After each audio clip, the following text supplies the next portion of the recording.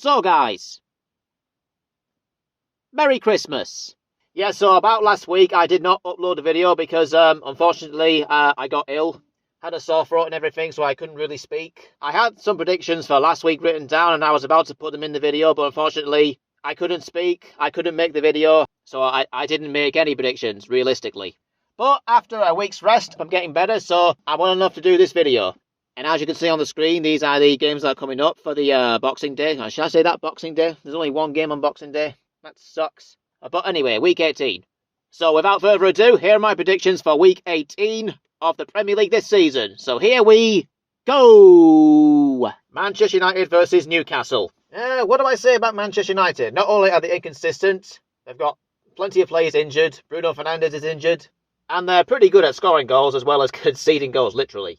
Scoring 4 but conceding 4 in that game against Bournemouth. And I expected them to lose to Aston Villa. And they've had some moments where they could have levelled the scores up. But at the end of the day, Manchester United just weren't good enough. It's going to take more than the January transfer window to improve the squad. Because I think at the end of the season, they're going to need a pretty big summer transfer window. They bought plenty of new players in the summer, but are they good enough? I'm not quite seeing it. And Newcastle of late have been looking quite bleak. Losing the Timeway derby to Sunderland in probably one of the worst ways possible, an own goal. And blowing a 2-0 lead against Chelsea. Well, at 2-0 they looked fairly comfortable. But then again, this is what Newcastle have been doing all season. They just cannot defend a lead. So this game, I don't know what to think. I don't quite trust either team right now. But I feel like it's going to be one of those games where Man United will technically get the 3 points, I think. Because I'm not quite sure which Newcastle team will turn up. But either way, whatever win Manchester United get, it'll be a pretty narrow one. So I'm going to go for a 2-1 win for Manchester United. Nottingham Forest versus Manchester City. So Forest, they were kind of hoping to have a bigger cushion between them and the relegation spots. But then again, in what was a scrappy game, it just wasn't Nottingham Forest's night. But despite that, since Sean Dyche came in, they have started to pick up results. Performances have been a lot better. But this is going to be such a very difficult game for them. Could be a long day. Unless they get a surprise result. But Man City, been winning games comfortably recently. Beating Crystal Palace 3-0. West Ham 3-0. Sunderland 3-0. Yeah, it's just, this is Man City. This is what they do. And I think Man City will get another win here. I think for a Sean Dyche team, Forest will make it difficult for Man City to cut through them. But regardless, I still think Man City are going to cut through anyway. And I think they'll come out as 2-0 winners. Arsenal versus Brighton. I'm not admiring the way Arsenal are playing right now. They've been shaky.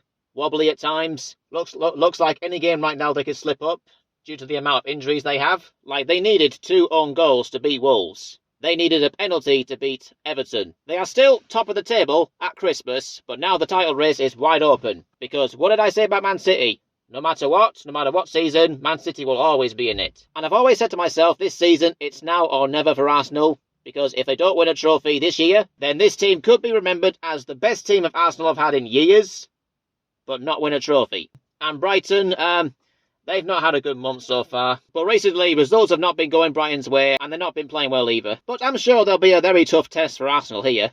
And it's a pretty hard one for me to call because I've got a feeling that Arsenal will slip up again against a tough team like Brighton. But my gut says a 2-0 win for Arsenal. Brentford versus Bournemouth. After the summer that Brentford have had, selling players and letting Thomas Frank go to Spurs, I've got to say, so far, Brentford are a very stabilised side right now.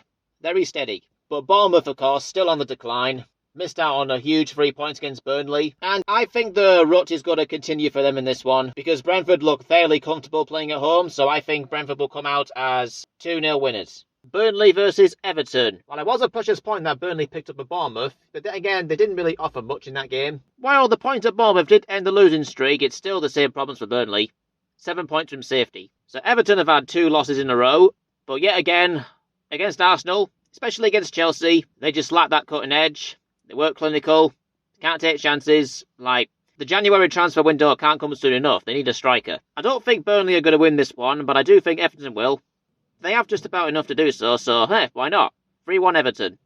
Liverpool versus Wolves. So while the win at Spurs was an important win for Liverpool, it came at a cost. Losing Alexander Isak to injury at a time where Mo Salah has gone to the African Cup of Nations. Apparently, that's I was thinking to myself, is this the chance for Alexander Isak to step up? But looks like it might be over before it started. Another injury. Yeah, so despite the win, still more problems for Liverpool. But if they can keep Ekatike in form, then yeah, they'll pick up points somewhere. And yeah, I'm saying this now, they should beat Wolves. Absolutely, they should. And if I'm wrong, strike me down. And I think Liverpool do have enough to beat Wolves, like every other team does. Because I haven't got a lot to say about Wolves right now, it's just the same story. For me, they could be in the Championship like by March or something like that. So, the end result of this game, I think, will be a 3-0 win for Liverpool. West Ham versus Fulham. Yeah, West Ham well and truly in their relegation battle.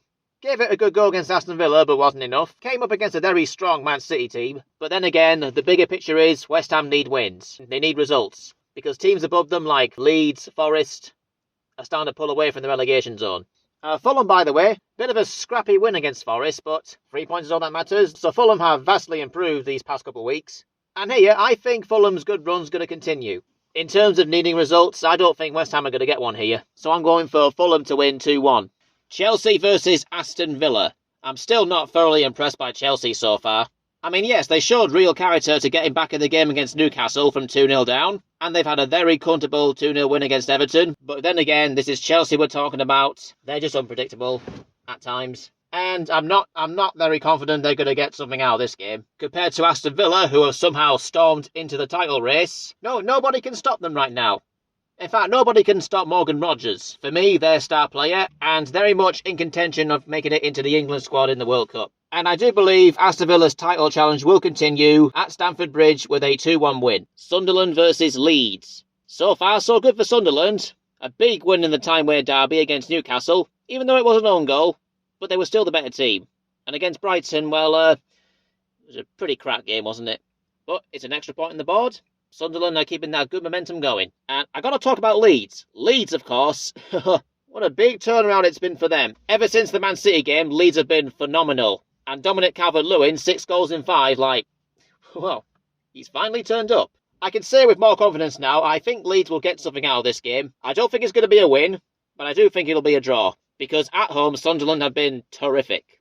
Absolutely terrific. A close, tight game I think it's going to be. I'm going to go for a 1-1 draw. Crystal Palace versus Tottenham. Crystal Palace coming in off the back of 2 defeats in a row. Really heavy defeats by Man City and, surprisingly, Leeds. But to be fair, Crystal Palace are in the middle of a fixture congestion at the moment. Like so many games in the space of 20 plus days, I think. From what I've seen, their performance against Leeds looks like tired legs, let alone a really weak performance. But Tottenham, though, time's running out for them. Time's running out for Thomas Frank. They've had more defeats at home than they had wins. And that game against Liverpool, they did not do themselves any favours. Especially going down to 9 men.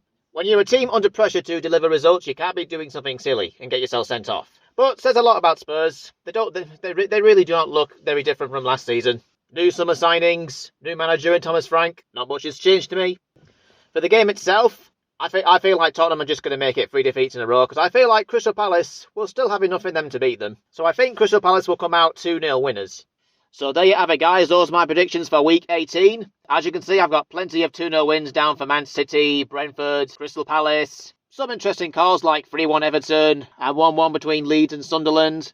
But I'm going to sit back and let these games flow and see if I get anything right. So that is it for this video. So please feel free to subscribe to the channel if you haven't already. Please leave a like and a comment in the comment section down below. And last thing I've got to say is hopefully all of you have a very nice Christmas and a Happy New Year. Peace!